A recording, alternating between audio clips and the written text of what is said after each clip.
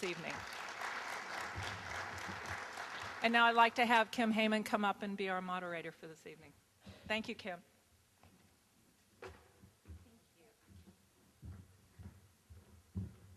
Thank you.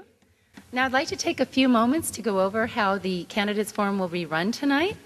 We're going to start by giving each candidate 3 minutes to introduce themselves, describe what makes them an ideal candidate, what makes them effective as a potential leader, and what issues they believe are most important to the city right now.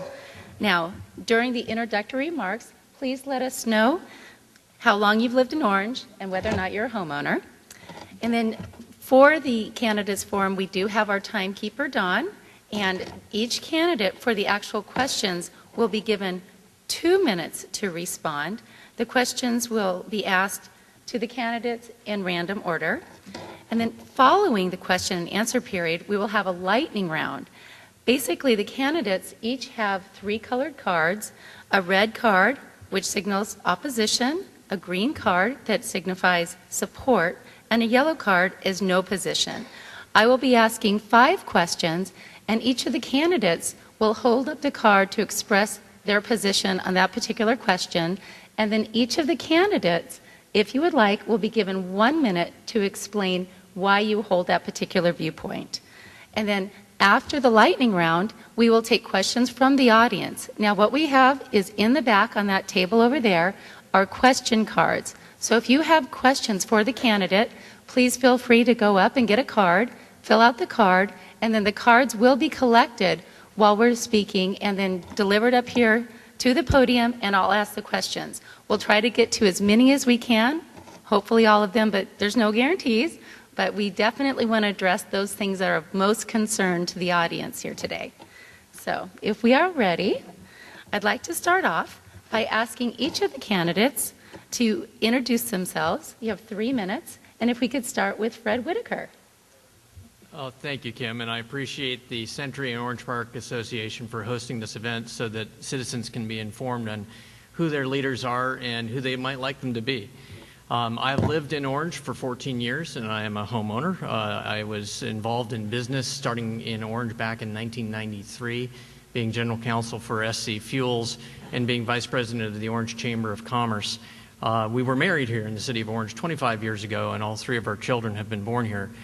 We've been very active in the community, not only at St. John's and Orange Lutheran High School, but by being on the board of the Community Foundation of Orange, the Santiago Canyon College Foundation, Orange Little League, and any number of other community activities.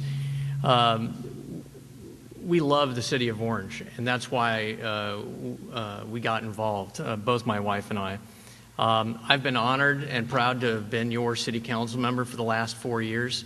I think my experience in business, especially being a finance attorney, has allowed me the ability to help us guide us through tough times. Whether it was our first year where we had to restructure the finances of the water department to keep it from being insolvent, but we did it while being the shortest, having the lowest municipal rates, to our ability to work with all of our 8 collective bargaining units to have them contribute the maximum amounts to their pensions so that we could balance our budget for 3 straight years after 4 years of having to spend our reserves. I think I've brought that leadership to our city. We are doing well now, but we're going to have tough times in another 2 years. CalPERS is going to charge us another $2 million a year starting in 2016. Because we've been prudent, we've been able to put $4 million away. That only gets us to 2018. In 2018, that's when PEPRA says that we may talk to our employee bargaining units about additional contributions. That's a hard conversation nobody wants to have. That's a conversation that requires people who understand finance, where we can save things, where we can increase revenues, where we can have the hard conversations with our employees. I think I've provided that leadership, and I know sometimes on development issues, some of the folks in the room haven't agreed with me. But you always know where I stand, and I ask you to look at the broader leadership required for the entire city of Orange, because we do a lot with a little, and I'm very proud of what we've been able to accomplish, and I ask for your support. Thank you very much, Fred. Now, Ray Grangoff, please take an opportunity to introduce yourself. Great. Thank you, and thank you to the Foothill Sentry for hosting, and I appreciate all of you that have come out tonight who are showing an interest in your community and this electoral process. My name, as I said, is Ray Grangoff. I've lived in Orange since 2008. I am a renter currently and someone that hopes to be a homeowner soon, and I am diligently working towards that goal. I'm running for council because I love the city of Orange. The city of Orange is the kind of community that I hope to raise my family in. It's a place that is a large city, but it has the values of a small town, and it has the sense of community of a small town. And I'm running for council because I want to make sure that Orange stays that way. But if we're going to keep Orange going on that path, there's some things we have to do differently, and that's why I'm running. So there's two challenges that I'm seeking to address as councilman if elected. One of them is to make sure that the city budget stays fiscally conservative, fiscally responsible. We need to make sure that our local government can afford the basic services that you as citizens expect for government to provide. As Fred alluded, you know, the council has been very fiscally responsible up to this point, and I think that we need to make sure we're electing people that are going to keep it on that track. There's challenges that are ahead. You know, during World War II, Winston Churchill had his cabinet together, and he said, "Gentlemen, we're out of money. Now we must think." Well, Orange isn't quite out of money, but it's a time we have to think, and we have to think outside of the box and look to ways that we can reform government. I think there's some opportunities to do that by looking at ways to contract out certain services, by looking at ways we can offer different staffing models and save money and be more efficient in how we provide our public safety services. We all need to take a look at that and be willing to take on and try things that are new, and that's why I'm running, because I'm willing to push those issues. Another thing that I think our city can do to stay on a good fiscal track is to be welcoming to the business community. We have a lot of great businesses in Orange. I think there's some things we can do to help make them stronger by eliminating certain barriers like regulations and fees. I think I have the background to help accomplish these things that I'm speaking of. I have a background in public policy. I currently work for the Orange County Sheriff's Department. Worked for at the county for Supervisor Bates in the past on public policy issues, and I think that is what I can bring to helping keep Orange a great place. Thank you. Thank you very much. Now, Mayor Tita Smith, will you please take an opportunity to introduce yourself? Thank you very much.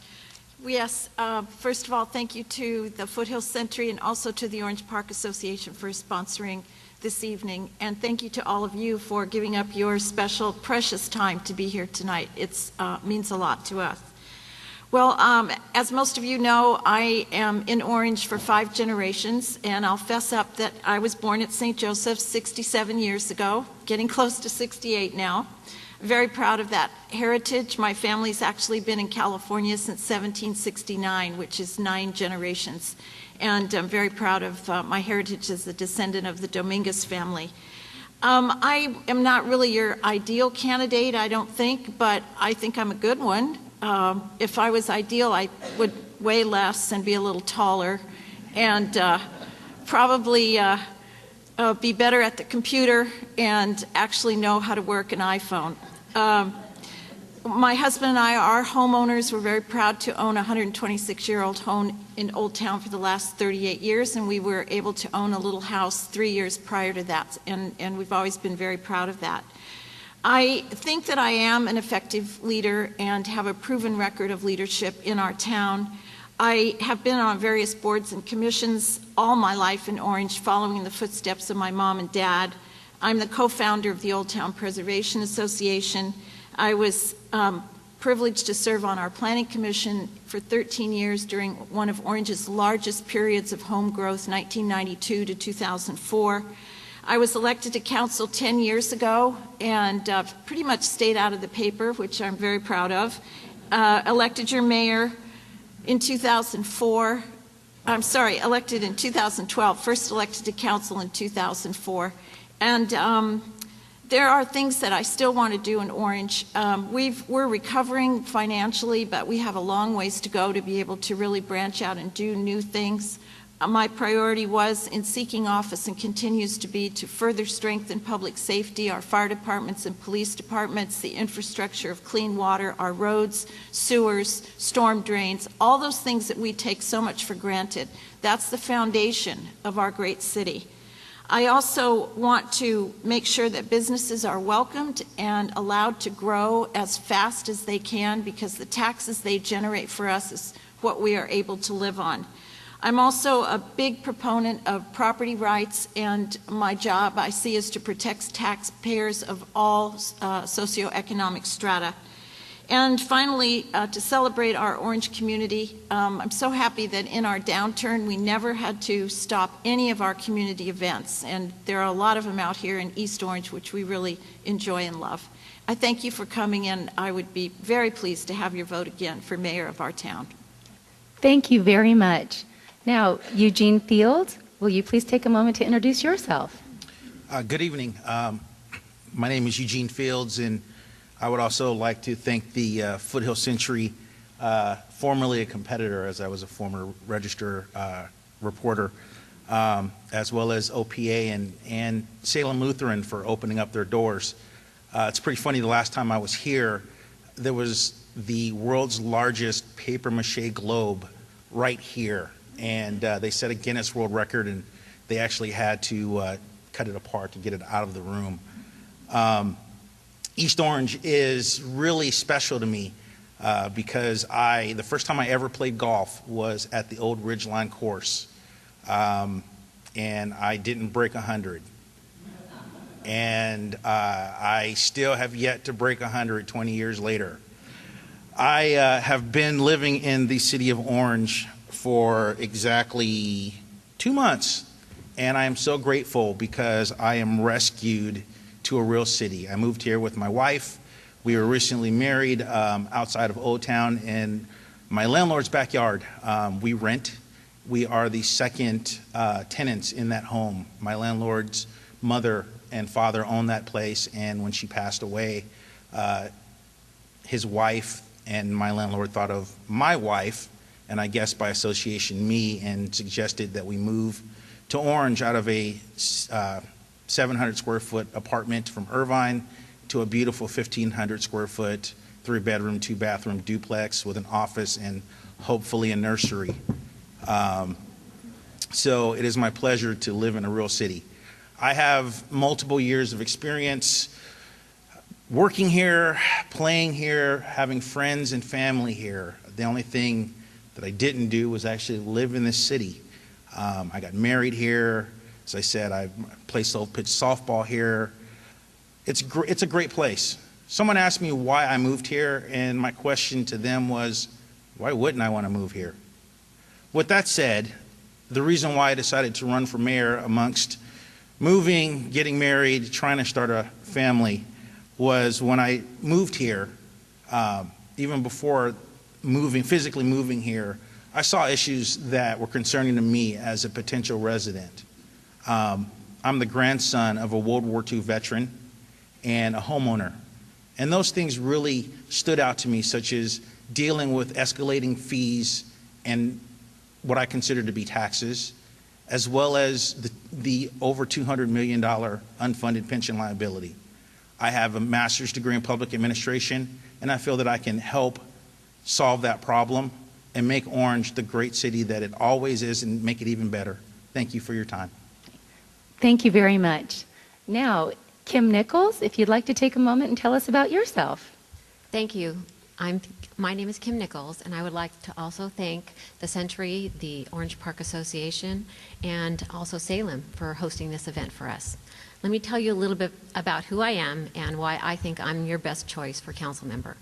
My roots have been in Orange for nearly 50 years. I grew up in this community. I moved here in 1965 with my family, rode horses out here in the local hills. I went to Orange Unified School District 1st through 12th grade, went to Santa Ana College, and then on to Cal State Fullerton, got my nursing degree, and I'm a registered nurse. I met and married my husband 31 years ago, May. We moved into Orange 30 years ago in 1984, and we've raised our 3 wonderful children, all went to Orange Unified School District schools. I own and operate Cyrano's Cafe here in the East. You can find me there almost any day. I have a long history of community service, including youth sports, PTA, being a legislative advocate, and both in elected positions and appointed positions. I was a founding member and treasurer of the East Orange Neighborhood Committee, which was the group that dealt with the Irvine Company development, Santiago Hills development, back in 1999, I believe.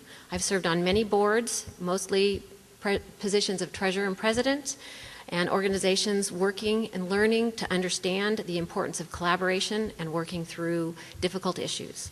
On the public service front, I was elected to the OUSD School Board in 2001. We managed a $250 million budget. It was difficult times, but we were able to stabilize the district, and I served 9 years in that position. 2 of them I was president.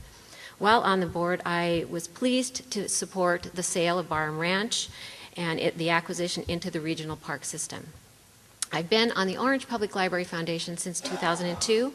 I am currently their president. I've been their president 7 years. My community experience has provided me with a broad perspective of our city and has allowed me to interface with all aspects of the city of Orange. I'm very excited to be running for the city council position. I believe my professional background, my public service experience, my broad-based community support will prove to be valuable if I'm elected to that position. I understand the importance of preserving our neighborhoods, including our rural areas and our historical areas. This is a really outstanding and excellent time for Orange. We have an open seat available, and I felt this was the perfect time for me to step up. I understand the local issues, I know the community, and I can provide solid representation. I know how to collaborate, I know it's essential, and the key to that is listening. I have the needed experience and strong leadership skills to do the job. I'm looking forward to the opportunity to strengthening our community and building on what we have into a better tomorrow. As the candidate with the most varied experience and extensive public service, I ask for your support in the election on November 4th. Thank you. Thank you very much. Now, John Dimitru, may you please take just a moment or two to tell us about yourself? Sure, thank you. And again, I'm going to echo my colleagues up here, thanking the Foothill Sentry for putting together a forum. It does take a little bit of work to get folks all together, and especially candidates that are out walking neighborhoods, and it's like herding cats, trying to get us all in one spot. The Orange Park Acres Association and, of course, Salem Lutheran for opening their doors and allowing us actually a very nice facility and a very nice setup. As you can see, we're very lucky in the city of Orange. We have a number of candidates every election cycle that come out and they bring their views, their ideas, and it makes me proud to be from Orange because we always get such a good selection and an opportunity to vote. With that said, I was born here, right here in the city of Orange. I was born at Chapman Hospital. I've been very blessed to live here, go to all Orange schools. I currently reside out here in East Orange, right off of White Oak, over by Canyon View. My back window looks out onto Peters Canyon Park, so I'm very blessed that every morning I either get to see a coyote run by or joggers run by.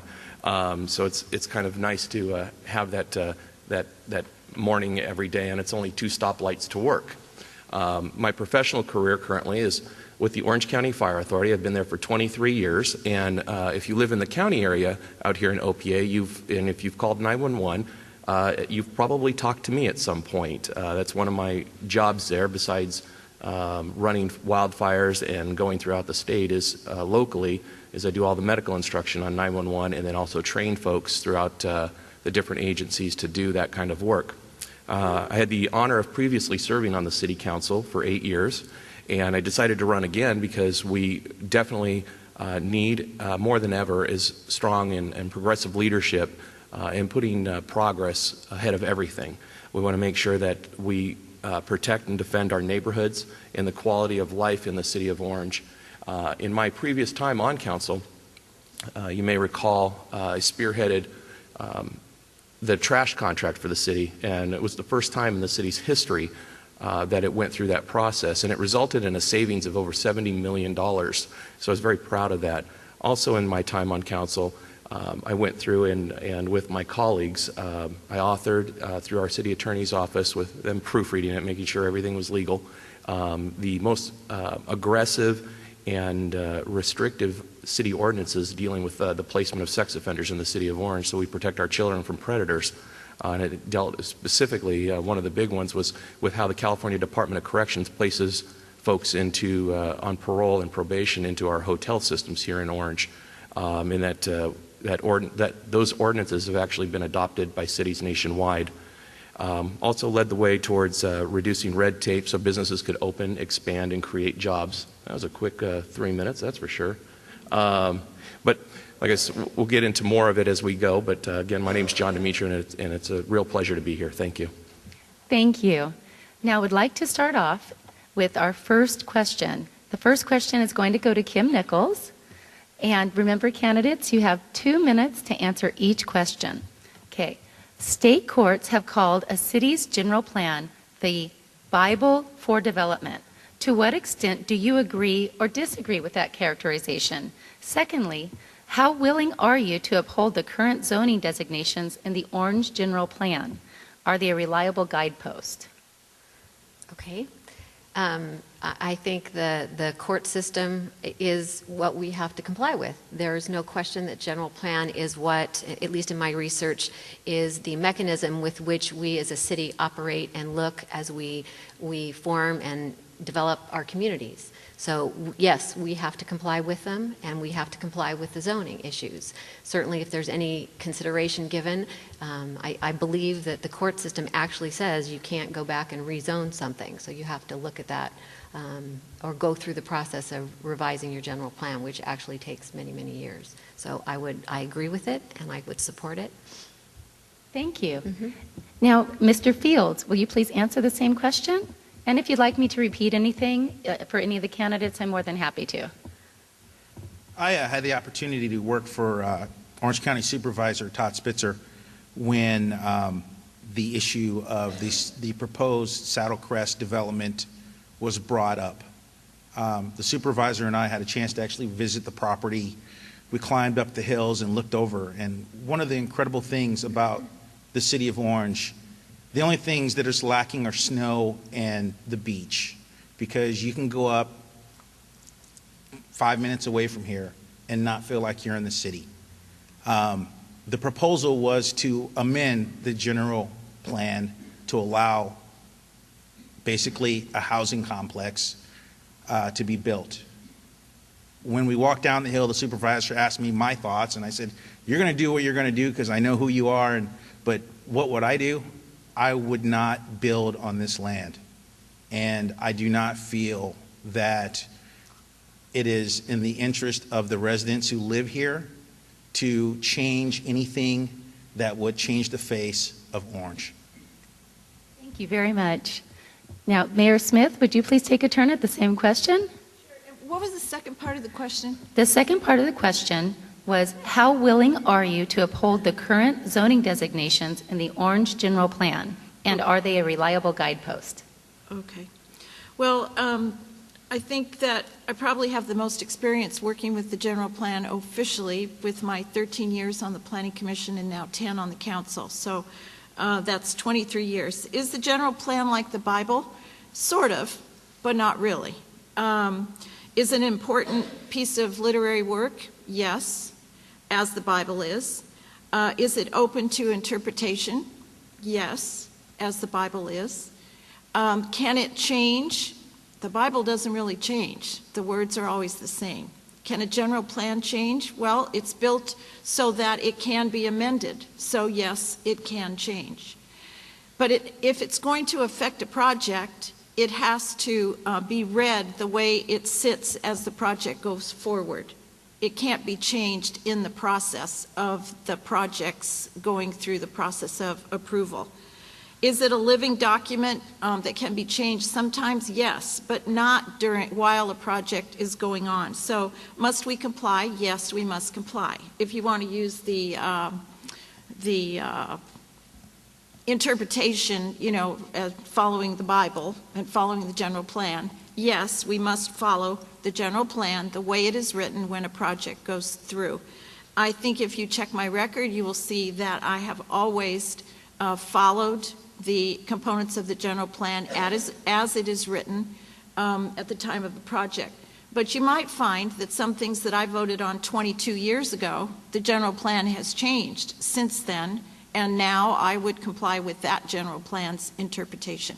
It's a very, very important document. I think the word I would use is that it's a binding document, and you have to make a decision on a project according to how the document reads as you see the project. Thank you very much. John Dimitru, would you please share your thoughts on our first question? Sure, thank you. When I was first elected in 2004, one of the first tasks that actually Mayor Tita Smith and I were brought into was the update of the general plan at the time. And one of the things that became kind of a debate at the time was opening up the East Orange area to include a lot of the updates and the specific plan to be adopted into that. And unfortunately, at the time, it didn't happen. We were all blocked on that, and it wasn't updated. But a lot of what Mayor Smith is saying is correct. It's a binding document. The land uses and the current zoning that are listed in there have to be honored, as well as, and it's not just particular to East Orange. It's the entire city is through there now. And we have to honor that. We have to follow it. And as you know, as things progress legally, we're bound by it as well. So it is a living document that I spend a lot of time reading when I was on council previously. And with current projects that are proposed out there, many things that current developers are asking for changes in is not acceptable and isn't currently allowed under that document. Thank you very much. Now, Fred Whitaker, would you please answer our first question as well? Certainly. The general plan is a document that is meant as a guidepost. It changes about once every 20 years. We go through a lot of pain to get it changed. I was involved in all the public hearings going back to 2005 on the 2010 general plan. I was involved in all the public hearings on the Planning Commission, my 4 years on the Planning Commission and my last year as chairman of the Planning Commission, that set the 2010 general plan in place. There are times, though, when that general plan doesn't necessarily fit what's going on in the community, doesn't necessarily fit what's going on with the land use. That's why general plans can be amended. Now, the zoning law, the second half of the question, the zoning has to be consistent with what the general plan is. And so we have to make sure that if somebody's asking for a zone change, it's actually consistent with what the general plan says is the appropriate land use for that area. There are times, though, where we have projects that have multiple land uses on one piece of property. And when that happens, sometimes you have a hodgepodge that's never been cleaned up. And in those cases, you're going to probably see amendments because we don't reissue an entire general plan for 20 years. Thank you very much. Ray Gringoff, we're interested to hear your thoughts on the first question. Thank you. Yes, the general plan is an important guideline and document to be used when making decisions for the city, but there is an amendment process built into it, as many of the other candidates have expounded on, and there's reasons why, as your elected officials, where we might need to take advantage of that amendment process. So it's an important guideline, but also it's important to be able to make sure that the general plan doesn't lock you from doing something that could be good for the community. But of course that would involve the process of involving the community in making those decisions. So I think it's a good process that's in place, and it's an important document. Thank you very much.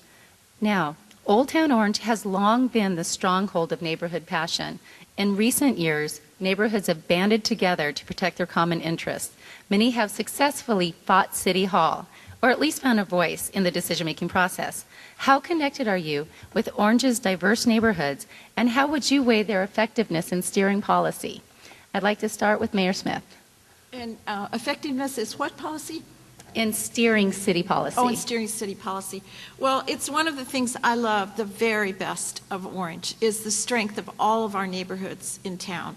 And I thought that I knew Orange pretty well before I was elected, but since being elected, I have found even more neighborhoods to take pride in. And of course, one of them is out here in Orange Park Acres. I remember visiting here when I was a little girl. My grandpa was an orange grower, and he brought produce out to Bob and Jean's, to the chili place, the popular place here. And my grandmother had a friend that lived in OPA. And I remember how special it was to be out here. And also in Old Town, where I grew up, I had my whole life in Old Town. It was so much smaller, but also so beautiful. It's wonderful to have the passion of Old Town, but also the Sunset neighborhood north of the Eisenhower Park. Those were the people that were the hardest on us, trying to get the train whistles quieted, because the train ran on a berm out there right through their community, and they couldn't sleep at night. So I discovered the Sunset neighborhood. And all of the many neighborhoods, now most of them are pretty old, but especially precinct walking, which all of us do, you get to be acquainted with all the neighborhoods and the great pride that everyone takes in their neighborhoods. Another thing I love about Orange is that whenever there's an issue, the neighborhood shows up. It used to be the issue of traffic. Now it's the issue of parking. And all the neighborhoods that come forward for the permit parking in their neighborhood, it definitely steers my opinion in making decisions about our town, because our town is made up of neighborhoods. Thank you very much. John Dimitru, would you please share your thoughts? Sure, actually, thank you. That's exactly right. I'm very proud of the City of Orange and its residents.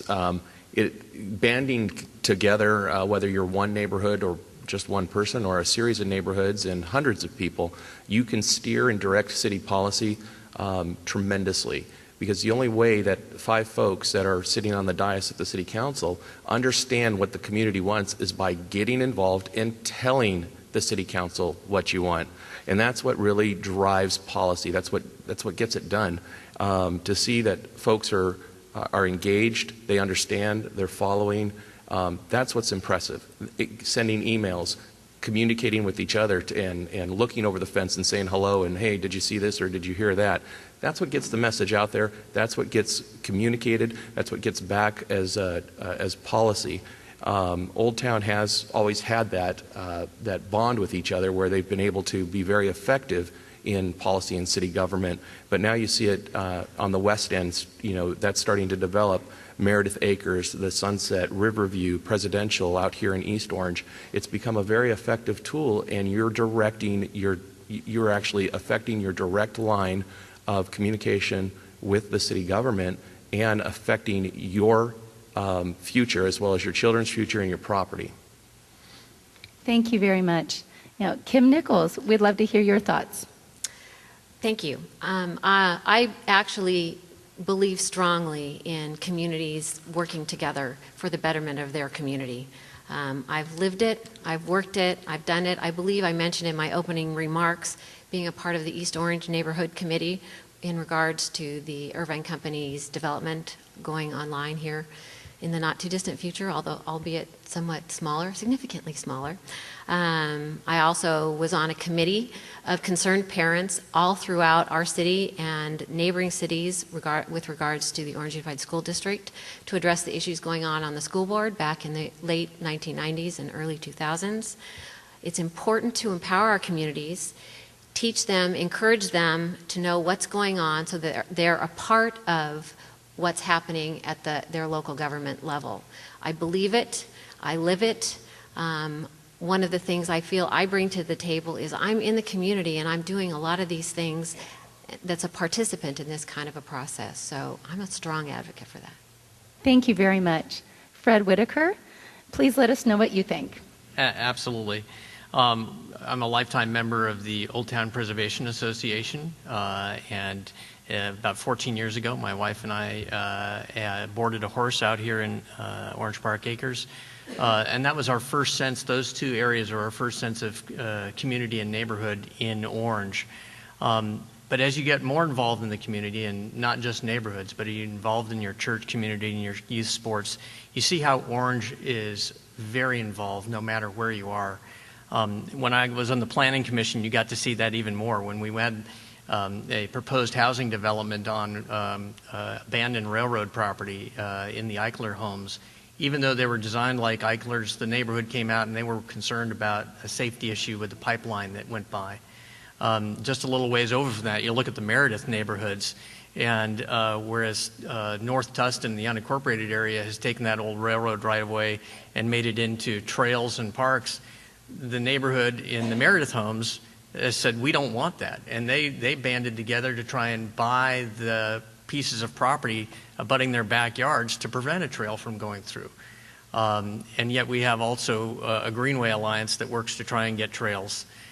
So you can see how neighborhoods affect council decisions, school board decisions. To just look at what was going on with how the Peralta neighborhood affected the school board's decision. That's what being a republic is all about. The citizen involvement in their community, directly giving input to their elected officials, is what it's all about. And that's one of the great reasons Orange is a great city, because we have a very involved citizenry, unlike other places in the county. Thank you very much. Ray Gringoff, we'd love to hear what Sure. you think. I don't know if there's much more I could add to that. We all know Orange has great communities, and the other candidates have spoke to that very well. During my campaign for this office in 2012, and then this time around as well, I've had the opportunity to, one of the best things about running for office is going door to door and talking to voters. And I was always told that you have two ears and one mouth and you should use them in proportion. And walking precincts is definitely the opportunity to do that, because you get to hear what's on the voters' minds. And one thing I've learned, while there are very many individual neighborhoods in the city of Orange, a lot of the concerns are the same. And for some people, the concerns are just, government, the local government even can be very intimidating. And it's something as simple as, hey, I wanted to cut down this tree and replace it with a new one because this current tree is wrecking my sidewalk and wrecking my pipes, and the city told me I couldn't do it, and they just, run into the wall of government. So I think the job of a council member is somebody that when that citizen has that problem, they can call you and you can help guide them through the process, because a lot of times there's a process that's available that they're just not aware of. And this is something that I think an experience that I bring to this office. Part of my job in past positions has been to help constituents go through the government process. And I think that is something that I can bring to this council, and when voters give me a call or residents give me a call, it's something I would look forward to, is helping them through the process and making it better if we find something that needs to be changed. Thank you very much. Now, Eugene Fields, please share your thoughts. Thank you. My grandfather lived in Los Angeles. He owned a home for 40 years, and it was based where the old Olympic Village was for the 1932 Olympics. One of the things that reminds me so much of that when I think about Orange is how growing up and playing with the kids on the street, and the neighbors stayed the same, and the people had their houses, they kept up with their neighbors. I remember when my grandfather passed a couple of years ago, and we had people coming and bringing food and really taking care of my grandmother. That's really indicative of how Orange is. It's about preserving the way of life, and that's what the people in their neighborhoods are doing.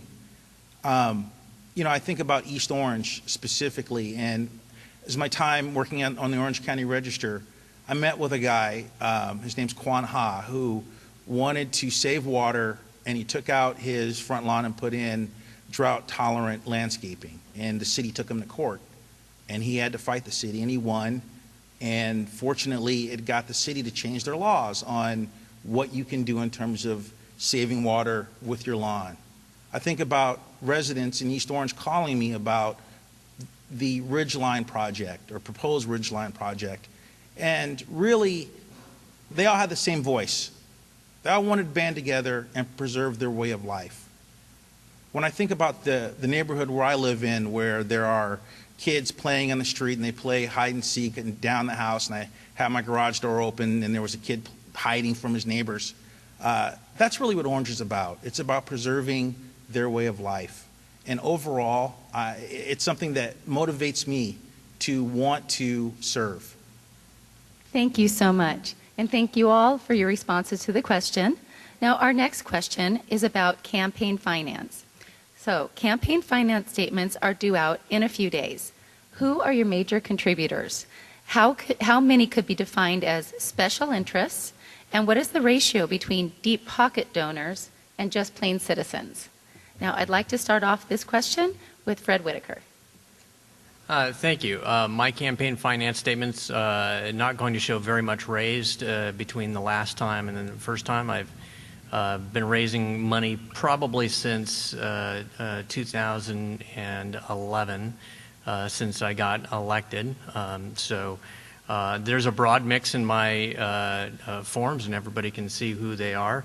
There's business people, there's businesses themselves, there's some action committees that represent trade groups, and there's a lot of individuals, and there's family members, and there's friends. So I think I've probably raised the most money of any of the candidates, and I probably have the broadest array of donors. Could you give any specifics on who some of those donors are, as far as the deep pocket ones? Well, we have a $1,000 limit in the city of Orange, so my father. There's been. A number of my clients, Fox Transportation, Pacific Tank Lines, folks who are just supportive of me. There's been developers who have given me $1,000. There's been various political action committees that have given me money as well. The Orange County Taxpayers Association. Thank you very much. Now, John Dimitru, may you please answer our question? Sure, yeah, exactly. Our campaign finance disclosures are actually due on Monday by 5:30, so come Tuesday morning, you all can go down to City Hall, or they'll actually email it to you, any candidate that's requesting it.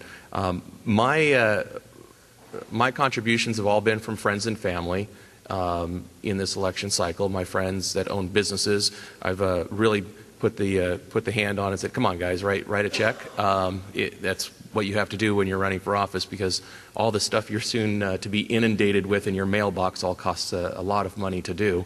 I wouldn't say I have deep pocket donors.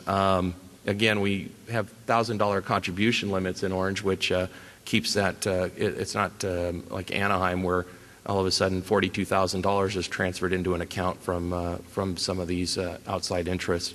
Towards special interest groups, I think I have one, which it's a political action committee, and I can't recall the name directly. It's out of Costa Mesa, and I believe it's either the Auto Dealers Association or it's something to do with, if I remember correctly, auto dealers, but I'm not 100% sure right off the top of my head. But that's about it. And my report's going to be about 14 pages, so feel free to request it or ask me. I'll send it to you. I have no problem with sharing that information with anybody that asks. Thank you very much. Ray Grangov, we'd love to hear your thoughts on the question. Well, I think I would like more people on my campaign contribution list. It would help with this campaign. Running a race is expensive, but I'm fortunate to have a lot of good supporters.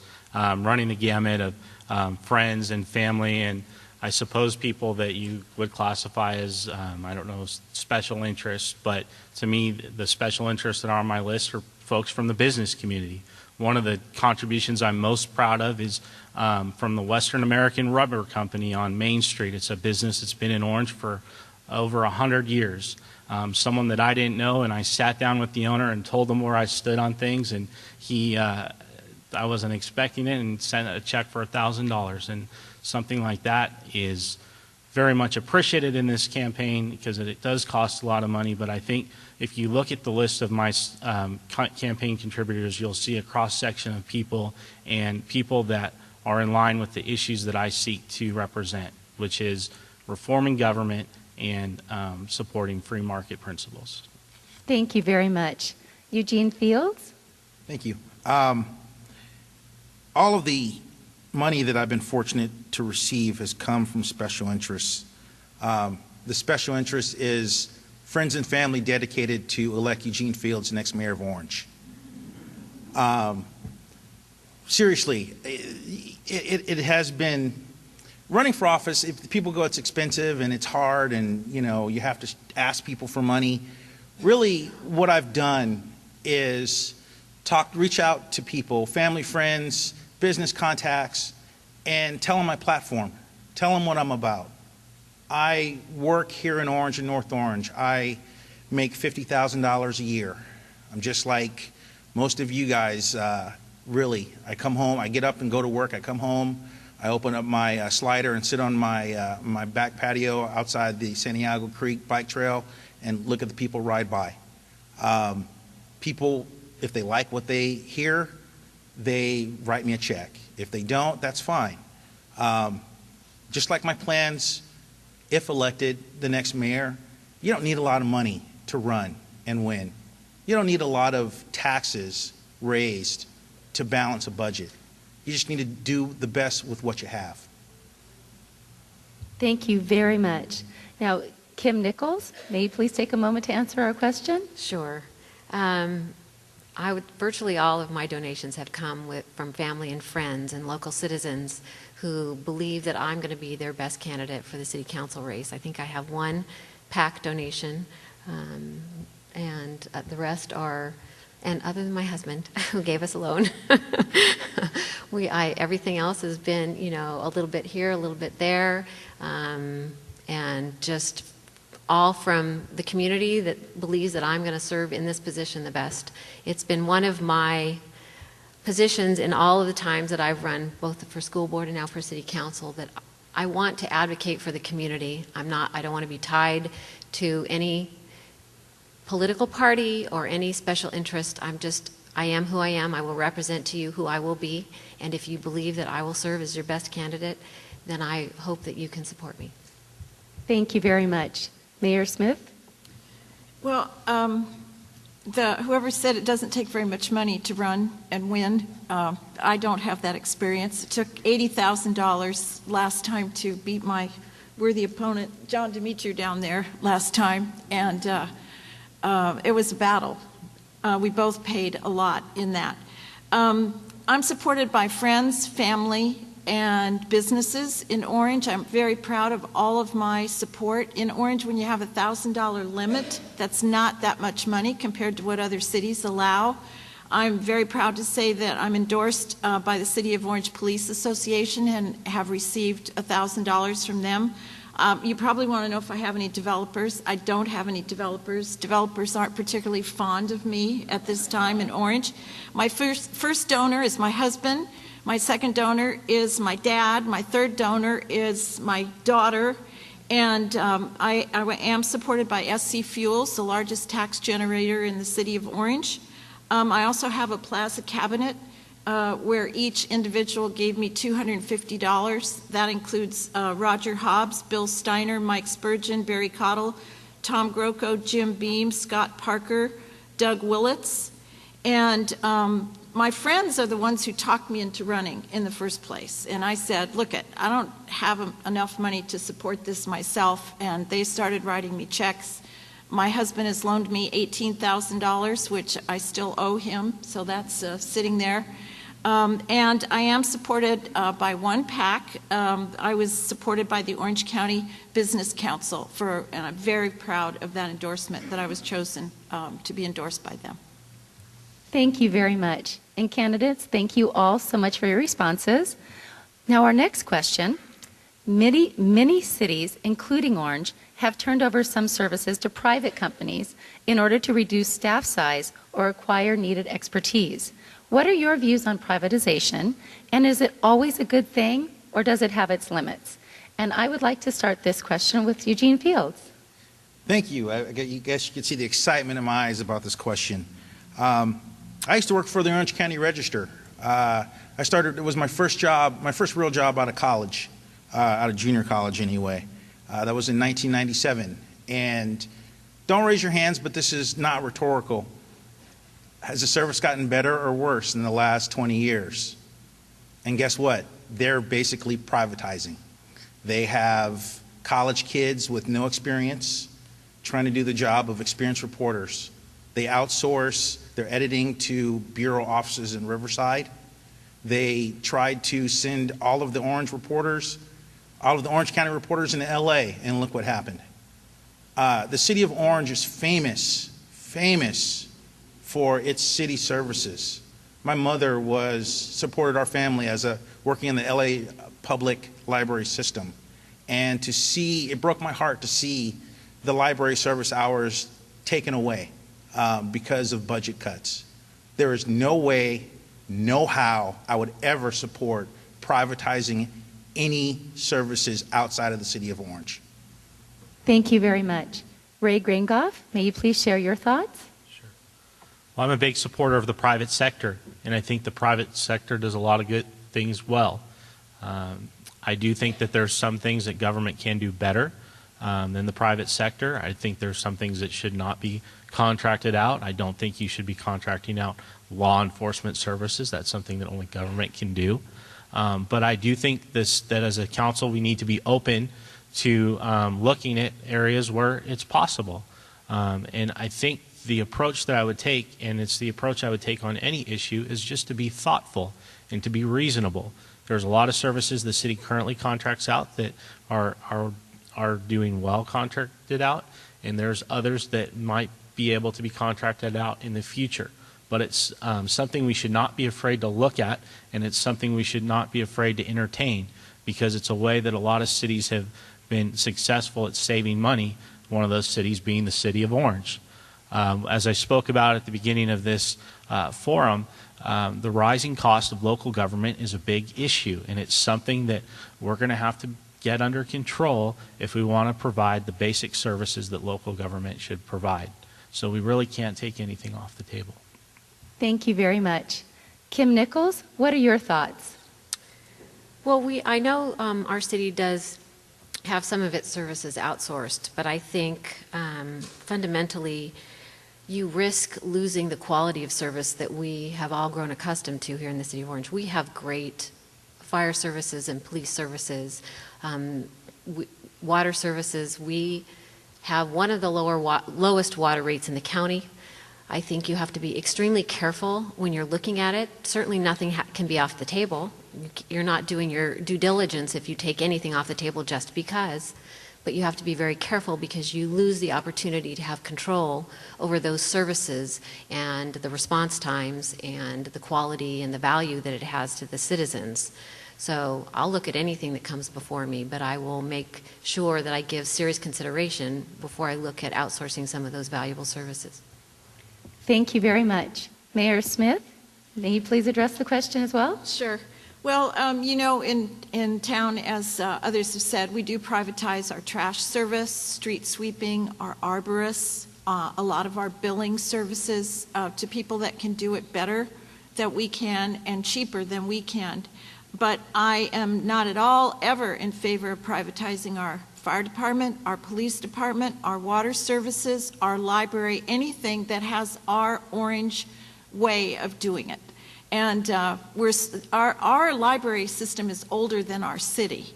Our fire department is 107. Our police department is 126. We've always had our own water service, and we're happy with it. We're thrilled with it. We love it the way it is. I equate it to when we want to have services done at our homes or in our businesses. You know, it takes a watchful eye to get it done as well as we ourselves would do it, or in the time frame that we would do it. And I look at Orange that way too. I'm a native of Orange, and I know the Orange way, and the Orange way has not been to privatize services. It's been to do it ourselves, keep track of our money, be conservative with what we can attempt, and celebrate the good job that we have. So I'm also willing to look at things that could save us money to privatize, but I will not look at anything that would take away the character, the quality, or the personality of the services that we provide for ourselves here in Orange. Thank you very much. John Dimitru, would you please take a moment to address the question? Sure. In the city of Orange, again, we do, as the Mayor Smith was just saying, we have street sweepings privatized, our trash service, our arborists. Many of our green belts have a service that is contracted with the city. But when it gets into public safety, fire or police can't be outsourced. That's not something that's ever going to happen, nor would I ever propose or push that. And when you talk about the public safety aspect, you also have to include water services and our infrastructure needs with our maintenance for our sewers and also for our water for the pipelines. A couple of years ago, it was proposed to privatize our library system, and myself and Mayor Smith vehemently opposed that. Again, that's not something you give away. You don't privatize something. And it wasn't just because, a little history is my mom worked for the city library for a number of years, so it also was very personal. I grew up in our libraries and spent many, many years using them, and kids these days use them. And you just can't run around saying privatization is best for everything, because it isn't. Sometimes having it in-house, controlling it, being able to know that, hey, I can call Terry Ramin down at the water department and tell him about this fire hydrant that's leaking. That happens. If you privatize something, you go into push 1 for this, push 6 for that, push 7 for this, and you might get somebody to come out. When you have it in-house and you control it, it works, and it's a better service for our customers, which are you, the city, and you have a direct line to controlling that service level. Thank you very much. Now, Fred Whitaker, we are interested to hear your thoughts. Thank you. Over the last 20 years, the City of Orange has already contracted out a lot of services. Over 20 years ago, we had 900 employees. At the beginning of the recession, we had 700 employees doing our work in the city. Today, we only have 600 employees doing the same work in the city. Now, some of that's from technology and efficiency, but a lot of that's because as people have retired out of the system, we've then gone and contracted out. You look at most of our public works and our construction work, all of that's been contracted out. Our arborists, our street sweeping, our trash collecting, many of those things. Our own infrastructure inside City Hall for our IT department has been contracted out for over 20 years. So we do everything we can, and we always look at every situation. When we looked at the library situation, in the end, that didn't make sense. When you look at, we had, I think, two and a half years ago, we looked at taking the ambulance, just the transportation portion, not the safety portion, but the transportation portion, back to outside contracting. The chief, along with the fire department, worked at repositioning the ambulances for better response times, looked at repositioning staffing, and actually we showed that you could actually do the same or even a little better by keeping it inside. So by us looking at everything, and you're never going to look at police, fire, water, but by looking at the ancillary things that are around what we do, sometimes even if you keep it inside, like with our city attorney's office, we kept that inside, you save money. Thank you very much. I appreciate all of your responses to the questions that we've asked. Now we're moving on to the lightning round. Each of the candidates have 3 cards, red for opposition, green for support, and yellow for no position. So we have 6 questions, and when I ask them, if you please hold up the card that most accurately describes your response to it, and then if you'd like to elaborate on your answer, please indicate that you would like to, and you will have 1 minute to do so. Our first question. Homeowners have an expectation that zoning in their neighborhoods will remain as it was when they purchased their homes. Developers buy land with an expectation that zoning will be changed to support their projects. All things being equal, would you support residents' property rights?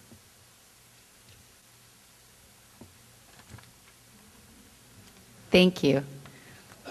Following a tempestuous multi-year battle over the Ridgeline development, the case is now before the California Supreme Court. Do you approve of the way the city handled that controversial project?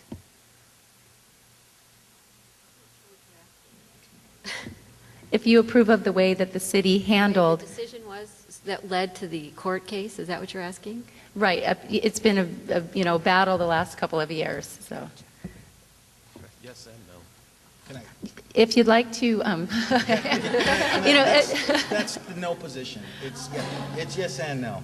There's no winners. There were no winners in that. Okay. Absolutely. Thank you very much. May I say Oh, I'm something? sorry. Yes, please.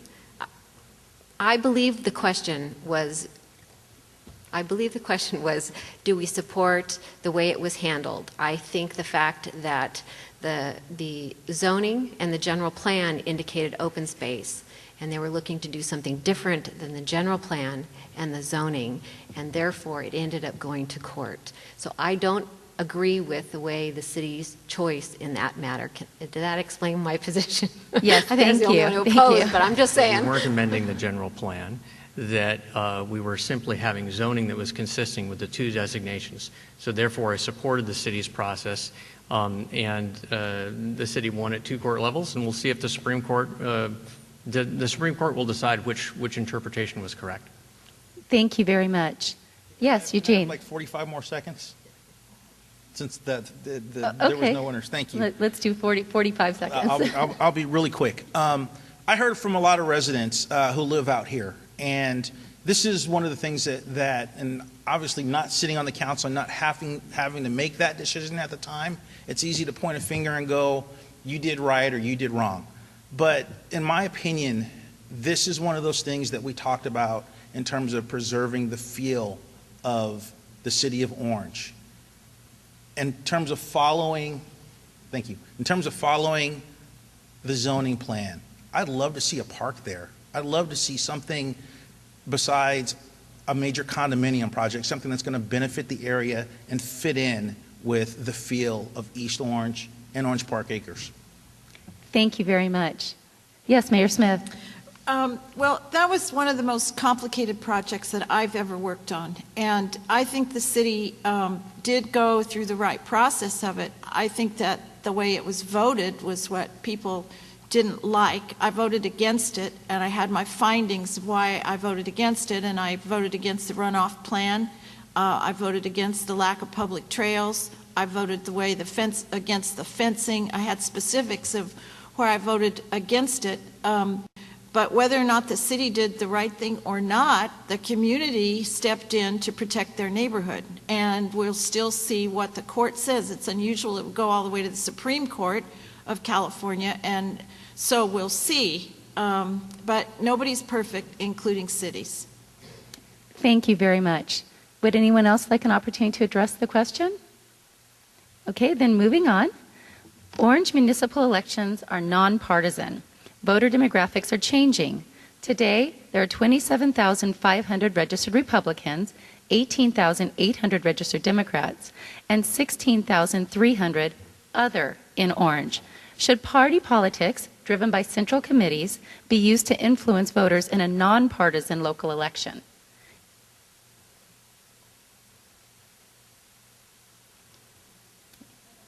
Yes, Ray Grangoff. Yeah, I want to talk about that because it's something that's brought up a lot. When you have an election, it's important for you to be able to communicate to the voters where you stand on the issues. One of the ways you signal where you stand on the issues is your political party registration. People know that I'm a Republican. I'm endorsed by the Republican Party. That means that I come from the conservative side of things. It means I'm going to be somebody that believes in limited government, low taxes. I'm someone that believes in encouraging all the things that I've spoke about tonight. Those are values that I'm proud to represent, and I think that any party, any political party should have the right to say who they support, and I should have the right to tell voters who support me. But I also communicate that I'm there to represent all the people, but having that Republican endorsement shows you what my views are so people can make an informed decision. Thank you very much. Fred Whitaker. Yes, thank you, Kim. I agree with Mr. Grangoff that at times the party endorsement is something that's helpful to people to help them understand where your philosophy of governance is. But also in our election, because it's nonpartisan, we try to reach across the aisle. And I think that not only do I convey my conservative credentials by having the party endorsement and the Lincoln Club endorsement, but also by having Taxpayer Association endorsements, and by having the endorsement of our Mayor Tita Smith, who's a Democrat, by having the endorsement of John Hanna, who's a Democrat, and a very important member of our community college board. So if you look at do people try to get a broad base of support? Yes, we do, but we should also try and communicate our philosophy, and I don't have any apology for that. Thank you very much. Kim Nichols, and then we'll get to you, John. Thank you. I too am a Republican. I believe in limited government. I also believe in lower taxes. I don't believe in utilizing tax increases to balance the budget. But I think that there is a reason that this is a nonpartisan election. We need to work together. We need to be together as a community. Party politics doesn't play a role in what is in the best interest of our community. I believe it now. I've believed it for years. And I think that is one of the strong reasons why I never seek my political affiliation support, because I want to be part of Orange. It's about being Orange. It's not about being a Republican or a Democrat. Thank you very much. And John Dimitru? Thanks, Kim. Again, it's about putting progress of Orange over partisanship. 2 years ago, I was endorsed by the Republican Party in the mayor's race, and all that did was create absolute havoc. While it's nice to have that because you're able to communicate what party you belong to, it's not necessary. What you have to do is communicate to folks in Orange that you're from Orange, that you believe in the city, you believe in its people. That's what's important. It's not whether or not a bunch of people that live in Newport Beach or Costa Mesa that want to dictate how we should live here in Orange and how we should do things as a government or how we listen to you, the residents. That's not what's important. What's important is that when you call and you make a phone call to City Hall, that you get a return call in progress and things are answered and the work is done. That's what's the most important. Whether you're Democrat, Republican, Libertarian, it doesn't matter. What matters is that we're responsive to you, the resident. Thank you very much. Yes, Mayor Smith. Well, I think if it was supposed to be a partisan election, there would be a D or an R or an I after your name in the ballot, and it's not there.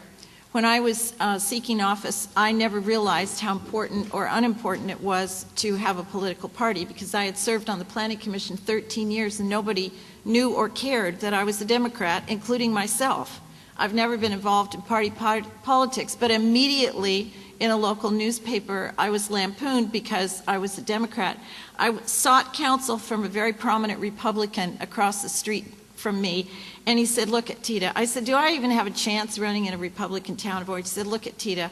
It doesn't matter if you're a Democrat or Republican, if you can fix potholes, deliver clean water, keep up the great spirit of Orange, make sure traffic is controlled, and have a high quality of life. And here, I'm going to give you a check. Go for it. Thank you very much. Are we all set? Okay, perfect. Okay, now our next question. The Rio Santiago development on the Sully Miller site was recently denied by the Planning Commission and the City Council. Do you support that decision?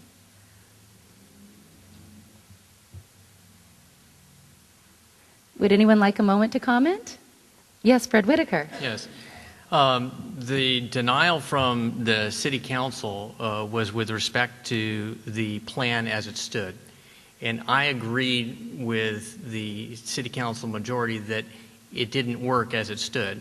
But my position on that vote was that I thought that we should give a continuance to look at Plan B in the EIR, which would have been single-family homes at 7,500 to 8,500 square foot lots. At least that's what I wanted. I thought that the development should have more time to see if it could do that, because that would be better for the neighborhoods than the huge dust piles that we have sitting out there today. And unfortunately, they're just going to continue unless we have an alternative out there. So that's why I didn't support the project with its high density. I didn't support the community center there, but I do support single-family homes on large lots there. Thank you very much. Yes, John Dimitru. Great, thank you. The reason I would have opposed it, actually, when it was brought forward a time before, when Fieldstone brought it forward, I was actually part of the group that at that time worked on a referendum to oppose the Fieldstone project and was out circulating and gathering signatures. But there were multiple problems with the project as proposed. The senior housing proponent was over density. The park space was insufficient. The EIR was flawed in that it really didn't take into account the floodplain. And then you also had the mitigation that needed to take place with the methane just west of the facility. So I found lots of reasons that that project was flawed, and the City Council, the Planning Commission actually acted in the best interest of the community with that project. Thank you very much. Let's go with Ray Graingoff and then Mayor Smith. I got confused holding up this card. I misunderstood your question. I was opposed to the action that the majority of the council took. I do believe that when somebody who owns a piece of property has something that they want to do with that property, that the city has an obligation to work with them. And I know that the property was not ideal and could have, the project was not ideal and could have been made better. But I think the city council, in my view, made a mistake by just outright rejecting it and not working with the developer for a better project for the community. If we keep saying no, no, no all the time, then pretty soon our city is not going to get any interest in any part of our city for development. So I think that it was a short-sighted decision. Mayor Smith. Well, I believe that a developer needs to take full responsibility for any project that they bring forward. I voted against it because 2/3 of the property the developer did not want to take responsibility for. They wanted someone else to take care of the creek and the 50 acres surrounding it, and someone else to take care of the nonprofit structure and the property surrounding it. And I could not vote for a project where 2/3 of the land had no one to take responsibility for it. Now, the development agreement said by the time it was done, somebody would take responsibility, but that is not good enough for me. And also, I did vote against the Fieldstone project for different reasons, and the developer, we worked with the developer for years on this project, but they couldn't come up with with a plan for 2/3 of the property, and that's why I voted no. Thank you very much. Eugene Fields. Moving into a new neighborhood, we met and talked to our neighbors. And one of the things that I had to go to my neighbors about and tell them, hey, you know what, I'm sorry I'm moving in. I'm sorry for the noise. We had a small housewarming after our wedding, and I had to go and say, hey, I'm sorry, guys, that we were out, late on the patio till about 11 o'clock, midnight. I'm sorry, I'll keep the noise down. And the neighbor said, hey, you know what, that's great. I appreciate you coming in and talking to me. And trust me, if you're ever out of line, we'll let you know. The same thing, if you're going to have a developer come in and want to do something, it's got to fit. And it's the job of the city council to protect those neighborhoods. And yes, you'll get developers that will come back, but guess what? They're going to come back with plans that work, and they're going to come back with plans that fit the community, and it's going to work out for the developer and the community. Thank you very much. Okay, moving on to our next question. Specific plans are created to govern land use within a given community. In recent years, the OPA specific plan has been undercut and underrated. Is it time to update and strengthen the 4-decade-old plan to ensure that it remains relevant?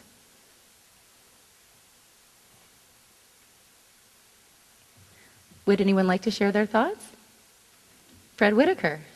Yes, I think the Ridgeline case taught us that the specific plan or the OPA plan isn't legally a specific plan. So it needs to be updated so that it can actually be a specific plan that when folks come in, they know exactly what has to be expected. It was determined in legal review to be a component of the general plan and not a specific plan. And as everybody knows, a specific plan has tighter requirements that you have to follow versus a general plan where the zoning just has to be consistent. So it needs to be updated. Thank you. Mayor Smith, you had a comment? Yes, just to say I agree with Mayor Pro Tem Whitaker that the East Orange specific plan, especially for Orange Park Acres, needs definitely to be updated and recorded.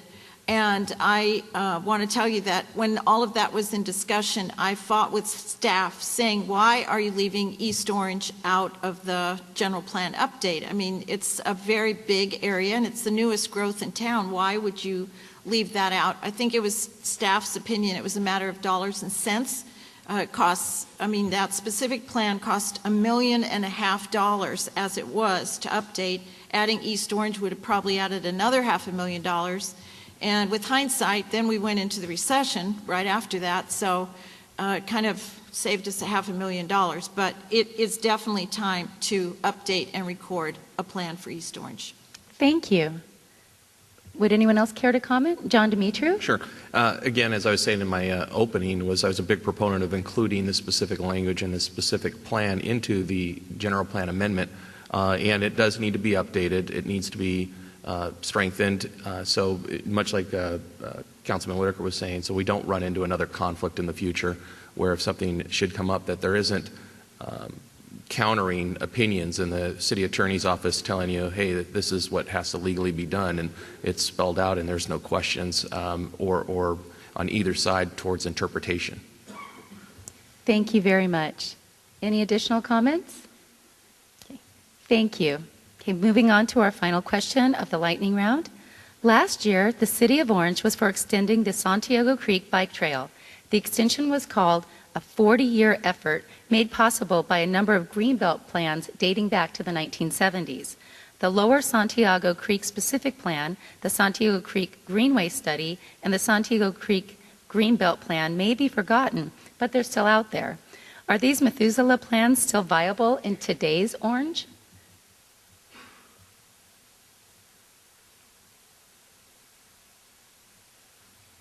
Thank you. Would anyone care to comment? Yes, Eugene Fields. I guess I can ask, can you phrase the question a little bit better to say I oppose or support? I think that as a bike rider, and believe it or not, I actually do ride road bikes. I participated in the toughest bike ride in California. I rode the Solvang Sentry, and part of the training was riding all the way down to the beach on the bike trail. I think it's something that's great. And really, at this point, I feel like that there is a purpose and a use for those older plans. Am I done? Okay. I think there's a purpose and use for those older plans, but again, they can be updated. I'm done. Yeah, now I'm done. Okay. Thank you very much. Yes, Fred Whitaker. I think there's a great purpose for those plans because they give us a guideline for the future, and those plans are what created the 20-year plus effort to get the bike trail addition that we just opened. If that plan hadn't been there, if there hadn't been a goal, then there wouldn't have been the cooperation with the Orange County Water District, the city, the county, and all the different development efforts that have said, okay, you need to go contribute to the trails program. There is a master plan of trails in the county that looks to have an entire bike loop. There are folks working right now to get that last section through the Floral Park area in Santa Ana connected. I'm very supportive of that, but if you don't have that plan, if you don't have that goal looking forward, you're never going to accomplish it. Thank you very much. Mayor Smith? I just was trying to tidy my office last night and came across the Santiago Creek Vision Plan, which I have with all of my East Orange box from the last project. And that plan, the Santiago Creek Vision Plan, still includes connecting to the Riverbed Trail on the west end, I guess, and to Santiago Oaks Regional Park out here in the east. And what I love about that plan is that was not done by politicians. It was done by community people who love the creek and first started working on the creek over 30 years ago. The creek hasn't moved. It's still in the same place. So I definitely think that the plan still applies, and I hope that we will get the finances to be able to continue to those two destinations I mentioned. Thank you very much. Would anyone else care to comment? Oh. John, did you have a comment? Okay. An opportunity to talk? Sure. Just like Mayor Smith was saying, the master plan for the Santiago trails were not done by any elected officials. It was done by the community, which is the best way to get something done and done correctly the first time. And it's not just that greenway associated with Santiago. The master plan of bikes and trails actually stretches all over the city of Orange. Former railroad properties that we used to have can be converted with the money, and a portion of it has been done over by Fire Station 2 off Collins and Wanda. There's a nice path now that stretches all the way into Yorba Park. And then you also have the Edison right-of-ways, which are also slated in our master plans for bikeways and the trail system. That's all done by you folks that got involved in the community and pushed that agenda.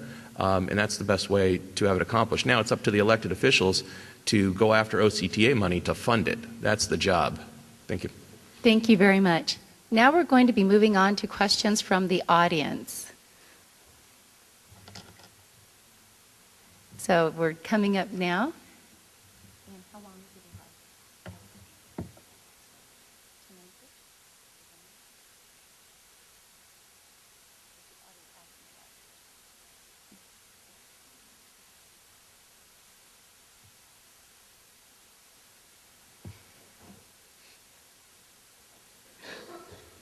Okay, thank you very much. It looks like we have some very good questions here, very passionate. Okay, now this question is for candidate Whitaker. I'm sorry? Okay. One minute to answer the questions. 1 minute to answer the questions, and then if we need some elaboration, we can add, a few seconds as needed. Okay.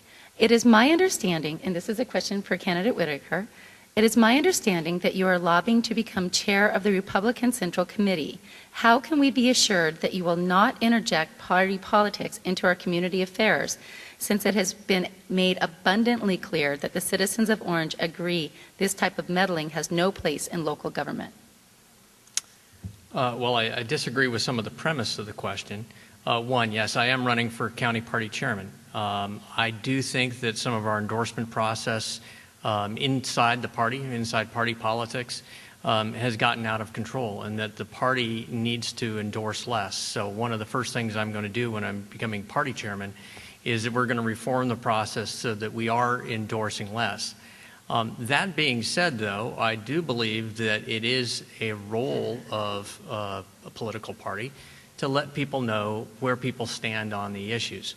And so to that extent, whether it's a grading scorecard, whether it's endorsements or other things, I do expect that the Republican Party and folks aligned with the Republican Party, whether it's CRA groups, Lincoln Clubs, others, are going to try and let their positions be known to people in municipal elections. That's just part of the political process. Orange has. Thank you very much. Mm-hmm. Okay, now this question is for Ray Grangoff. I question where Grangoff really lives. There is no proof that he owns, rents, or leases a residence in Orange, but rather stays in a room of a friend. Some say a garage.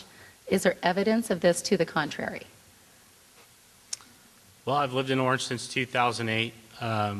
It's at 342 West Brookshire. If anyone wants to come and knock on the door in the middle of the night, I'm happy to answer.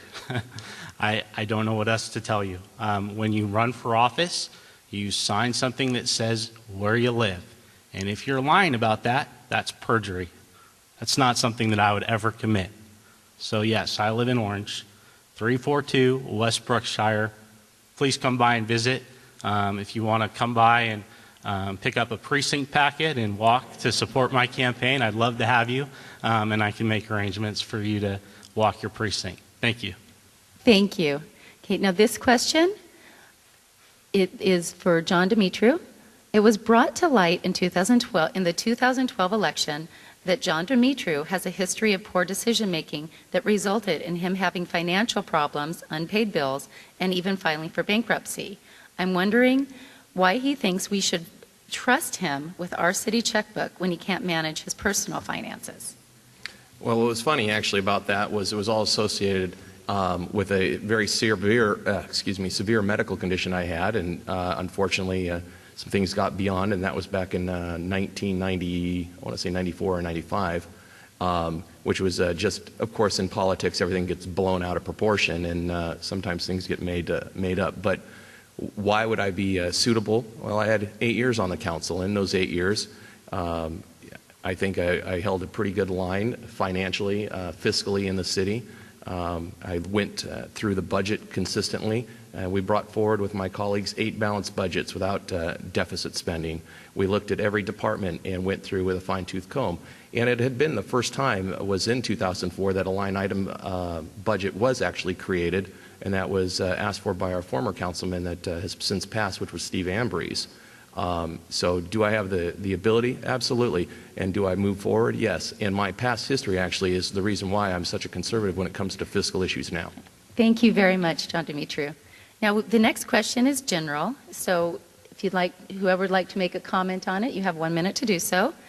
What are your thoughts on ending the rock crushing operations at the Rio Santiago site? It's from Addison Adams. Rock crushing? Right, ending the rock crushing operations at the Rio Santiago site. Yes, Fred Whitaker. I think the only way that the rock crushing operation ends out there, because it's permitted by right in its current zoning, and we send city staff out there all the time. There are dozens and dozens of complaints about the dust, the noise, and we're constantly sending city staff out there. It's compliant, unfortunately, with what's the zoning is, and it's compliant with its permits. The only way that it ends is if there is another buyer for that property, or there is another use that's compatible with the neighborhood that everybody can get behind, that the property owner says, okay, that works for them. Unfortunately, I think it's just going to stay there. Thank you very much. Would anyone else?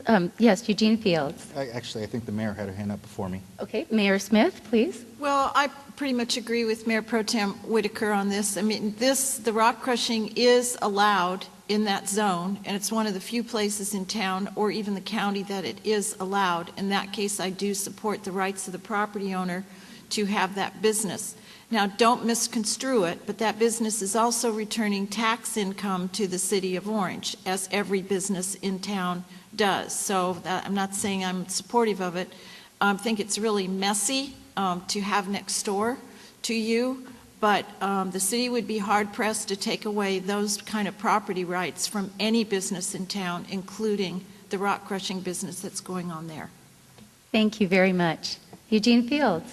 I'm actually personally affected by the rock crushing. I play softball at the park, and the smell, the sound, the dust, I really question whether or not I really want to continue a recreational sport there, because I'm questioning what kind of diseases I'm getting from the dust in the air. And it's just one of those things that you freak out about, because we all tend to worry about those things as we get a little bit older, and I know I'm getting a little bit older. I agree with the members of the council. Unfortunately, there's not much we can do. It's one of those things where I wish that they would have put a park somewhere differently. I wish that they wouldn't have built homes right there where people are raising their children, having their pets.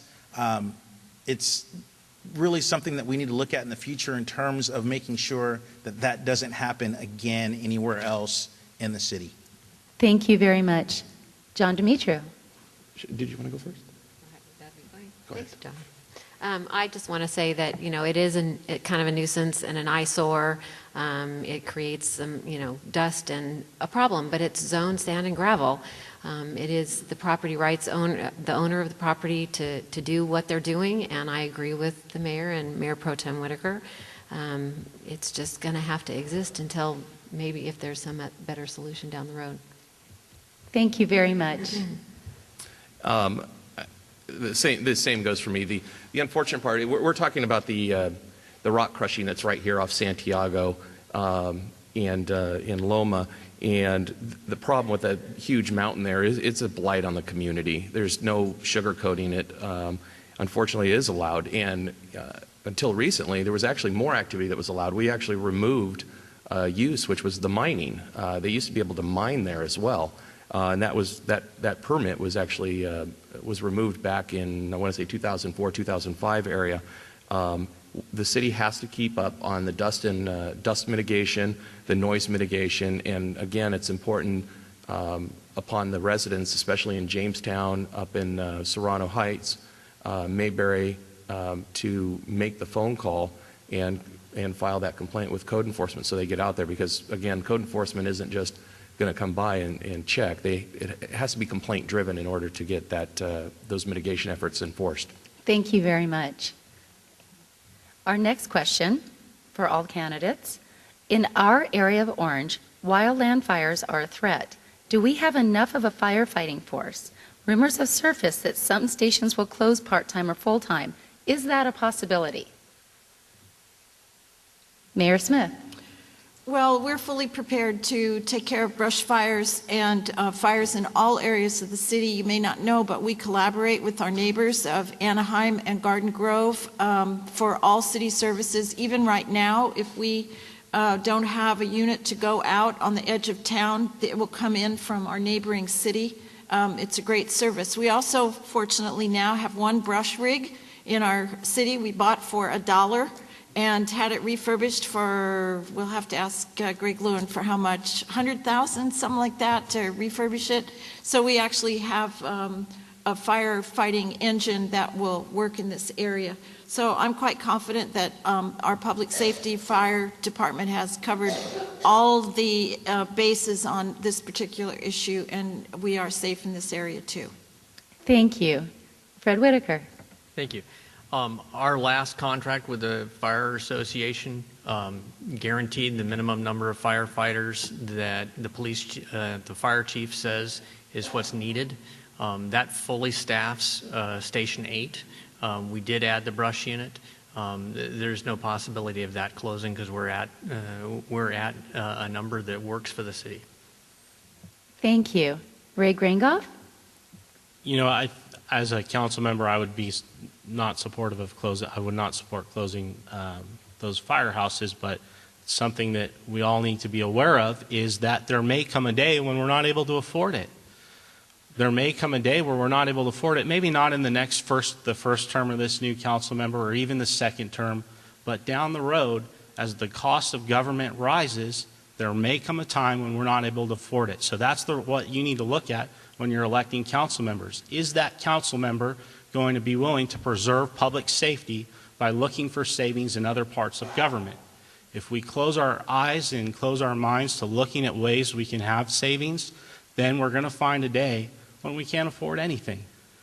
Like I said, government's not running out of money tomorrow, not even in 8 years, but it's approaching that way, and we need to make fiscal responsible decisions now so that we never have to close those fire departments. And that's why I'm running, to make sure that Orange stays fiscally responsible. Thank you very much. Yes, Eugene Fields.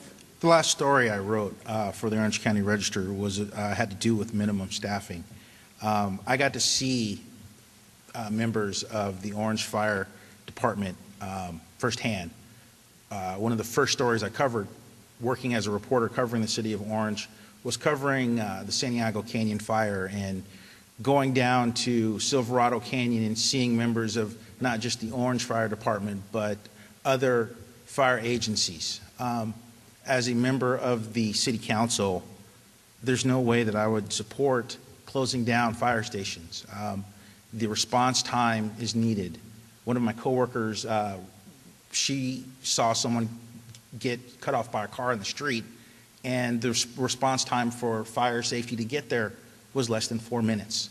There's no way, there's no reason why it shouldn't continue to be that service and that quality of service throughout the city. Thank you very much. Now, Kim Nichols. Thank you. Providing for the safety of our citizens and the infrastructure is the fundamental responsibility of government. It's what we have to do.